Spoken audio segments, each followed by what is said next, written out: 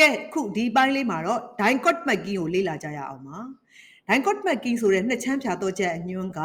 grade 11စနစ်တစ်ဇီဝဗေဒ chapter 1ရဲ့ 1.2.1 မှာပါပါတယ်ကျောင်းသုံးစာအုပ်စာမျက်နှာနံပါတ်4မှာရှိပါတယ်dicot making ဆိုတဲ့နှစ်ချမ်းဖြာတော့ချက်အညွှန်းရဲ့ဖွဲ့စည်းတည်ဆောက်ပုံလေးကိုနားလည်သဘောပေါက်စေဖို့ရည်ရွယ်ပြီးဒီအပိုင်းလေးကိုလေ့လာစေချင်တာပါနောက်ဒီအပိုင်းမှာပတ်ဝန်းကျင်မှာရှိတဲ့တက်ရှိတွေကိုအမျိုးအမည်ဖော်ထုတ်တက်စေဖို့အတွက်ရည်ရွယ်ပြီးတော့လေ့လာစေတာဖြစ်ပါတယ်ဒီပိုင်းလေးကိုမလေ့လာခင်မှာဒီမေးခွန်းလေးကိုစဉ်းစားကြည့်ရအောင်ပါ How to classify the organisms တက်ရှိတွေကိုဘယ်လိုအမျိုးအစားခွဲကြမလဲ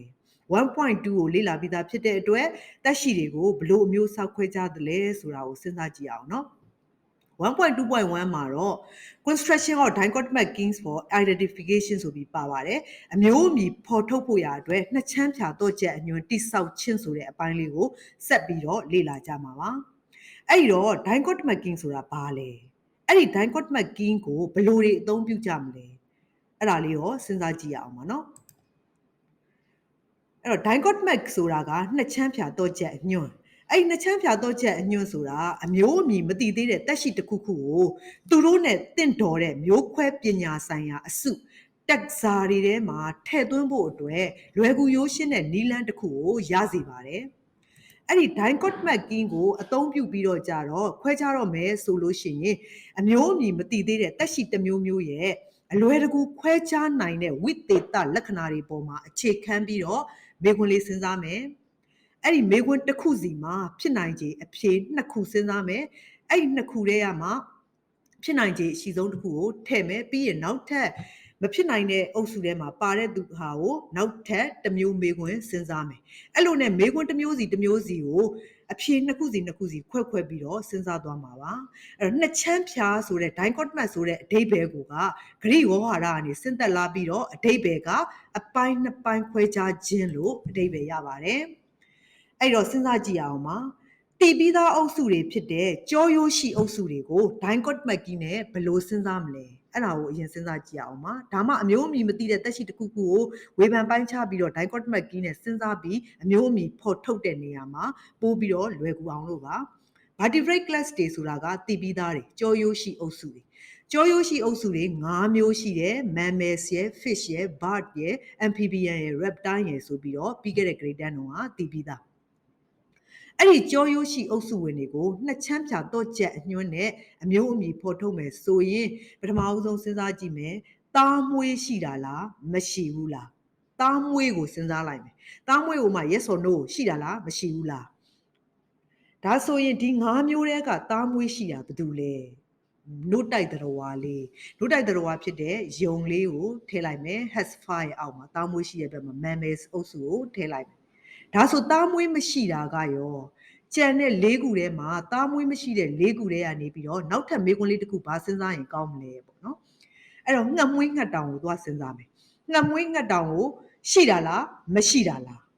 အဲ့ဒါလေးစဉ်းစားမယ်ငှက်မွေးငှက်တောင်ရှိတဲ့ကောင်ဆိုတော့တေးကြတယ်ငှက်ကလေးနော်ငှက်ကလေးကငှက်မွေးငှက်တောင်ရှိတဲ့အုပ်စုထဲမှာပါသွားမယ်ဒါဆိုမရှိတာကြံတဲ့3မျိုးရှိသေးတယ်အဲ့ဒီမရှိတာတွေရောဘယ်လိုခွဲရင်ကောင်းမလဲနောက်ထပ်မေးခွန်းလေးတစ်ခုစဉ်းစားမယ် fertilization သတိအောင်ခြင်းကိုစဉ်းစားလိုက်မယ်အပြင်သတိအောင်ခြင်းလားအတွင်းသတိအောင်ခြင်းလား internal fertilization လား external fertilization လားလို့စဉ်းစားလိုက်မယ် internal fertilization ဆိုတာကအဖိုးနဲ့အမနဲ့မိတ်လိုက်အမရဲ့ခန္ဓာကိုယ်ထဲမှာဖိုလိန်ဆဲနဲ့မလိန်ဆဲနဲ့ပေါင်းဆက် fertilization ဖြစ်အဲ့ဒါဆို internal fertilization ပေါ့နော် external fertilization ကတော့အမကဥဥချအဖိုးကနောက်ကနေတုပ်ရည်ဖြန်းအဲ့တော့အပြင်မှာမာမျိုးဦးနဲ့တုပ်ကောင်းနဲ့ပေါင်းဆက် fertilization ဖြစ်အဲ့ဒါဆိုရင် external fertilization လို့ခေါ်မယ်အဲ့တော့ကြံတဲ့3ခုထဲမှာ internal fertilization ဘယ်သူရှိမလဲစဉ်းစားလိုက်တယ်တွားသွားတွေက internal fertilization ဖြစ်မယ်အဲ့တော့တွား internal fertilization ရဲ့အောက်မှာ reptile လေးကိုထည့်လိုက်တယ်ဒါဆိုကြံတဲ့2ခုရှိတယ်နောက်ထပ်တစ်မေးခွန်းစဉ်းစားမယ် external fertilization ကြံတဲ့2ခုထဲမှာကြီးလာလေအရွယ်ရောက်လာတယ်ဆိုလို့ရှိရင်ဘဟက်ပါတာလားဘဟက်မပါတာလားအရွယ်ရောက်တဲ့အခါမှာဘဟက်ရှိတာနဲ့မရှိတာနဲ့ကိုခွဲလိုက်မယ်ဘဟက်ရှိတဲ့အုပ်စုအောက်မှာ9လေးရှိမယ်ဘဟက်မရှိတဲ့အုပ်စုအောက်မှာ amphibian လို့ခေါ်တဲ့ကုန်းနေရင်လေးလာမယ်အဲ့လိုမျိုးလေးခွဲချမ်းစိတ်ဖြာခြင်းကိုနှစ်ချမ်းဖြာတော့ချက်အညွှန်းလို့ခေါ်ပါတယ်နှစ်ချမ်းဖြာတော့ချက်အညွှန်းလို့ခေါ်တဲ့ dicot marking လေးကမေးခွန်းလေးတစ်ခုစဉ်းစားတဲ့ yes or no အဖြေ2ခုရှိမယ် yes ဖြစ်တဲ့ကောင်ကိုထည့်လိုက်မယ် no ကိုထပ်ပြီးနောက်ထပ်တစ်မေးခွန်းစဉ်းစားမယ်အဲ့ဒီမေးခွန်းမှာလည်း yes or no ရှိမယ် yes နေရာလေးကိုဖြည့်လိုက်မယ်နောက် no နေရာမှာမေးခွန်းတစ်ခုထပ်စဉ်းစားမယ်အဲ့လိုမျိုးနှစ်ချက်မေးခွန်းတစ်ခုမှာအဖြေနှစ်ခုစဉ်းစားတာပါအဲ့ဒီ vertebrate ကြောရိုးရှိတွေကိုပဲခုနတုန်းကfertilization ကိုကြည့်ခွဲခဲ့တယ်နောက်ထပ်တစ်မေးခွန်းလည်းထပ်စဉ်းစားလို့ရပါသေးတယ်အရေပြားက6တွေ့တဲ့အရေပြားရှိတာလားမရှိတာလား6တွေ့တဲ့အရေပြားမရှိဘူးဆိုလို့ရှိရင်လည်းအဲ့6တွေ့တဲ့အရေပြားမရှိတဲ့ကောင်တွေမှာထပ်ခွဲတဲ့အခါမှာခန္ဓာကိုယ်အရေပြားရဲ့အပေါ်မှာအကြေးခွင်ပါတာလားမပါတာလားအဲ့လိုမျိုးမေးခွန်းလေးတွေလည်းစဉ်းစားလို့ရပါတယ်နောက်ထပ်ပြီးတော့နှစ်ချမ်းဖြာသောချက်အညွန့်ကိုပိုးပြီးနားလည်အောင်လို့ invertebrate ကြောရိုးမဲ့တွေမှာထပ်စဉ်းစားကြည့်ရအောင်ပါဒါလေးကကိုတယောက်တည်းလေ့ကျင့်တဲ့အခါမှာကိုကြိုက်တဲ့အုပ်စုကိုနှစ်ချမ်းဖြာသောချက်အညွန့်နဲ့ခွဲကြည့်ဖို့အတွက်နမူနာပြတာပါကြောရိုးမဲ့ကိုခွဲကြည့်မယ်ကြောရိုးမဲ့မှာခန္ဓာကိုယ်က symmetrical ဖြစ်တာလားမဖြစ်တာလားခေါက်ချိုးညီတာလားမညီတာလားကိုအရင်ခွဲလိုက်မယ်ခေါက်ချိုးမညီတဲ့အုပ်စုထဲမှာဘယ်သူထည့်မလဲဒီဘက်ကကြောရိုးမဲ့ပုံလေးတွေကခေါက်ချိုးမညီတဲ့ကောင်ကရေမြုပ်ကောင်လေးတွေsix point ကြီးလေးတွေဖြစ်တယ်ပင်လယ်ရေမြုပ်ကောင်လေးတွေကခန္ဓာကိုယ်ကအချိုးမညီဘူးအဲ့တော့ asymmetrical ထဲမှာ phylum porifera ဖြစ်တဲ့ရေမြုပ်ကောင်လေးကိုထည့်လိုက်မယ်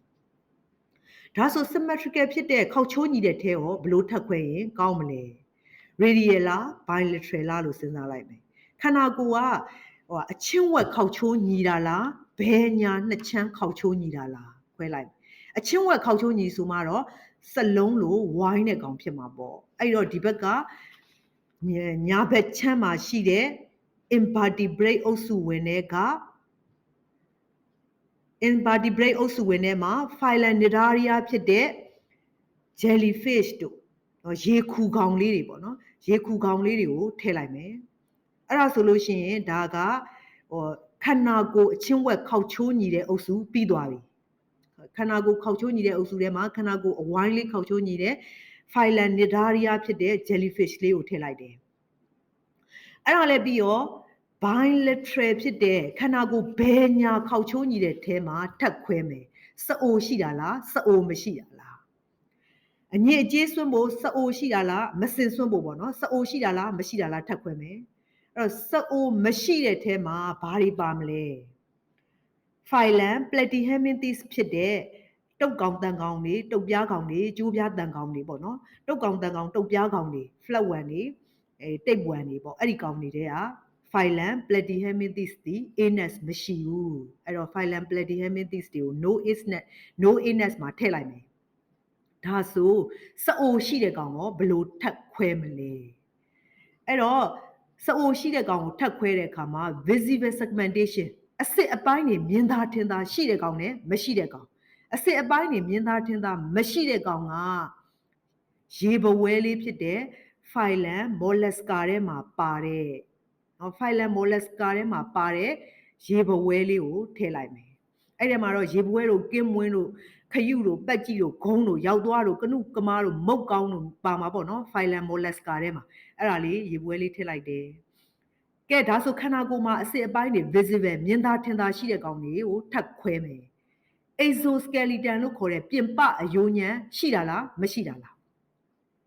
ပြင်ပအယိုးညံရှိတဲ့ကောင်တွေကဘယ်သူတွေဖြစ်မလဲမရှိတဲ့ကောင်ဘယ်သူဖြစ်မလဲခွဲလိုက်မယ်ပြင်ပအယိုးညံမရှိတဲ့ကောင်ကတီကောင်လေးဖြစ်မယ် phylum Annelida ထဲမှာပါတဲ့တီကောင်လေးဒါဆို exoskeleton ရှိတဲ့ကောင်ကရောဘယ်သူလဲ phylum Arthropoda ဖြစ်တဲ့ပင်ကူလေးထည့်လိုက်မယ်စပိုက်ဒါလေးကိုထည့်လိုက်မယ်အဲ့လိုလေးခွဲတာကိုနှစ်ချမ်းဖြာတော့ချက်အညွန့်လို့ခေါ်ပါတယ်အဲ့တော့နှစ်ချမ်းဖြာတော့ချက်အညွန့်ဒီမေးခွန်းတစ်ခုစဉ်းစားတယ် yes or no ခွဲတယ်နောက်မေးခွန်းတစ်ခုခွဲစဉ်းစားတယ် yes or no နှစ်ခုပေါ့နော်အပိုင်းနှစ်ပိုင်းခွဲတယ်ထိုနည်း၎င်းပဲကြိုက်တဲ့အုပ်စုကိုခွဲလို့ရပါတယ်အပင်တွေကိုအမျိုးအစားခွဲမယ်ဆိုလည်းရပါတယ်အပင်တွေမှာဆိုလို့ရှိရင်အစာရည်ကြောအဖွဲ့အစည်း vascular system ရှိတာလားမရှိတာလားစဉ်းစားလိုက်တယ်အစာရည်ကြောအဖွဲ့အစည်းမရှိတဲ့ကောင်တွေဒီ bryophyta တွေဖြစ်တယ်ရွက်ကြပင်ပေါက်မျိုးနွယ်စုတွေကမ္ဘာအစောဆုံးကုန်းမြေပေါက်ပင်လို့လည်းခေါ်တယ် bryophyta တွေပေါ့နော်အဲ့ဒီ bryophyta အုပ်စုဝင်တွေဒီသူက vascular system လို့ခေါ်တဲ့အစာရည်ကြောအဖွဲ့အစည်းမရှိဘူးသူထဲမှာဆိုလို့ရှိရင်မောဇက်ပင်တို့ဘာလို့လဲပါမှာပေါ့နော်အဲ့ဒါတွေဒီ bryophyta တွေ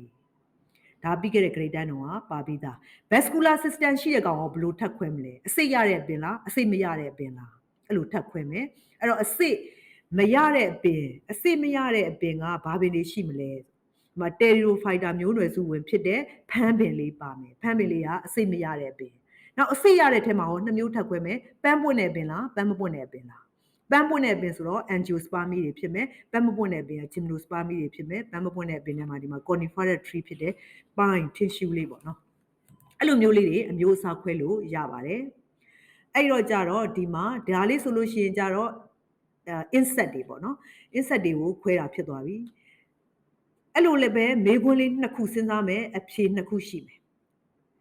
မေးခွန်းတစ်ခုစဉ်းစားမယ်အဖြေ2ခုရှိမယ်ပေါ့နော်အခုနံပါတ်1ဆိုလို့ရှိရင်မေးခွန်းလေးကခန္ဓာကိုယ်မှာ exoskeleton နဲ့ဖုံးအုပ်ထားတဲ့တောင်ပံတွေရှိတာလားပြင်ပအယိုးညံ့ဖွဲ့နဲ့ဖုံးအုပ်ထားတဲ့တောင်ပံတွေမရှိဘူးလားပေါ့နော်မဖုံးမထားဘူးလားလို့ခွဲလိုက်တယ်အဲ့ဒီအကောင်လေး၄ကောင်မှာအပြင်ကတောင်ပံမှာမာတဲ့ကောင်က B နဲ့ D နဲ့ဖြစ်မယ်အဲ့တော့ B နဲ့ D ဆိုနံပါတ်2ကိုဆက်သွား A နဲ့ C ကနံပါတ်3ကိုဆက်သွားအဲ့တော့နံပါတ်2မေးခွန်းလေးမှာ2ခုရှိတယ် A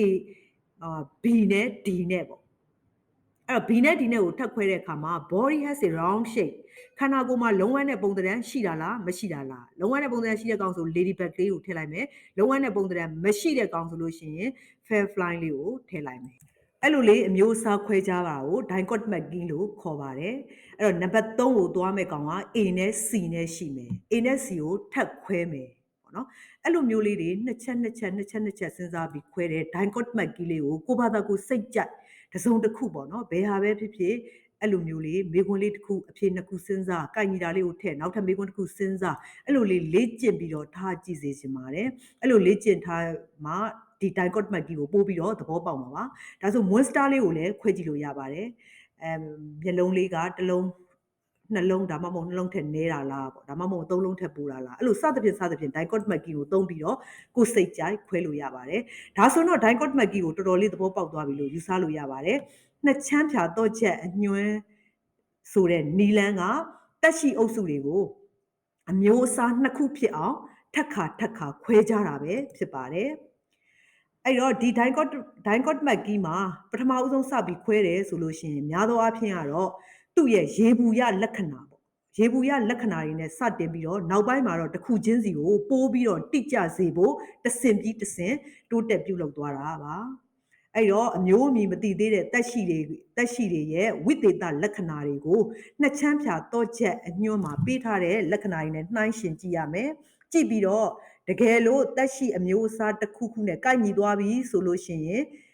အဲ့ဒီကိုထည့်ပြီးတော့နောက်ထပ်မေးခွန်းတစ်ခုစဉ်းစားရမယ်နောက်ထပ်မေးခွန်းတစ်ခုစီကိုဆက်သွားရမယ်နော်အဲ့တော့ပေးထားတဲ့နှစ်ချမ်းဖြာတော့ချက်အညွှန်းတွေရဲ့အစီအစဉ်တိုင်းအဲ့လိုပဲဆက်လက်ပြီးတော့ပြုလုပ်သွားမယ်ဆိုလို့ရှိရင်အမျိုးအမည်မသိသေးတဲ့တက်ရှိတစ်ခုခုကိုမှန်ကန်တဲ့ရွေးချယ်မှုတွေပြုလုပ်နိုင်ပြီးတော့အမျိုးအမည်ဖော်ပြနိုင်ပြီးသူနဲ့ကိုက်ညီတဲ့မျိုးခွဲပညာအစစ်မှာတွားပြီးတော့ထားရှိနိုင်မှာဖြစ်ပါတယ်အဲ့တော့နှစ်ချမ်းဖြာတော့ချက်အညွှန်းနဲ့ပတ်သက်ပြီးတော့လေ့ကျင့်ဖို့ရာပုံနှိပ်ထဲမှာဒီအပင်လေးတွေပေါ့နော်အပင်ကိုမှသူကဒါရှေ့မှာလဲခွဲခဲ့ပြီးပြီအပင်အုပ်စုလေးတွေခွဲတာလေးတွေပါမယ်နောက်တစ်ခါသတ္တဝါအုပ်စုလေးကိုကြောရိုးရှိလေးတွေကိုသူခွဲတာ example အနေနဲ့ပါမယ်နောက်ထပ်လေ့ကျင့်ဖို့မေးခွန်းကိုစာမျက်နှာနံပါတ်12မှာ review question အနေနဲ့ number 4 number 4မှာလည်းတပုတ်ပါမယ်နောက်ပြီးတော့နံပါတ်5မှာလည်းတပုတ်ပါမယ် dichotomy ကိုသုံးတဲ့လေ့ကျင့်ရန်မေးခွန်းပေါ့နော်စာမျက်နှာနံပါတ်73မှာပါပါတယ်နောက်တစ်ခုလေးလည်းပါသေးတယ်စာမျက်နှာနံပါတ်73မှာပဲနံပါတ်ကလေးတစ်ခုပါသေးတယ်အဲ့ဒါလေးတွေကိုနောက်ဗီဒီယိုမှာဆက်ပြီးတော့အသေးစိတ်ရှင်းပြမှာဖြစ်တဲ့အတွက်နောက်ဗီဒီယိုလေးကိုဆက်ကြည့်ပေးဖို့တောင်းဆိုချင်ပါတယ်ဒီဘိုင်းနဲ့ပတ်သက်ပြီးလေ့ကျင့်ထားဖို့မေးခွန်းလေးကိုလည်းလေ့ကျင့်ဖို့တိုက်တွန်းချင်ပါတယ်ဒီမှာ1ကနေ6အထိရှိမယ်နောက်ထပ်လည်းဒီမှာ true false ကလေးတွေကိုဖြည့်ကြည့်ထားစေချင်ပါတယ်ဒီဘိုင်းလေးကိုအဆုံးထိလိုက်ပြီးတော့ကြည့်ပေးတဲ့နားထောင်ပေးတဲ့အတွက်ကျေးဇူးအများကြီးတင်ပါတယ်နောက်ဗီဒီယိုမှာပြန်ဆုံကြရအောင်နော်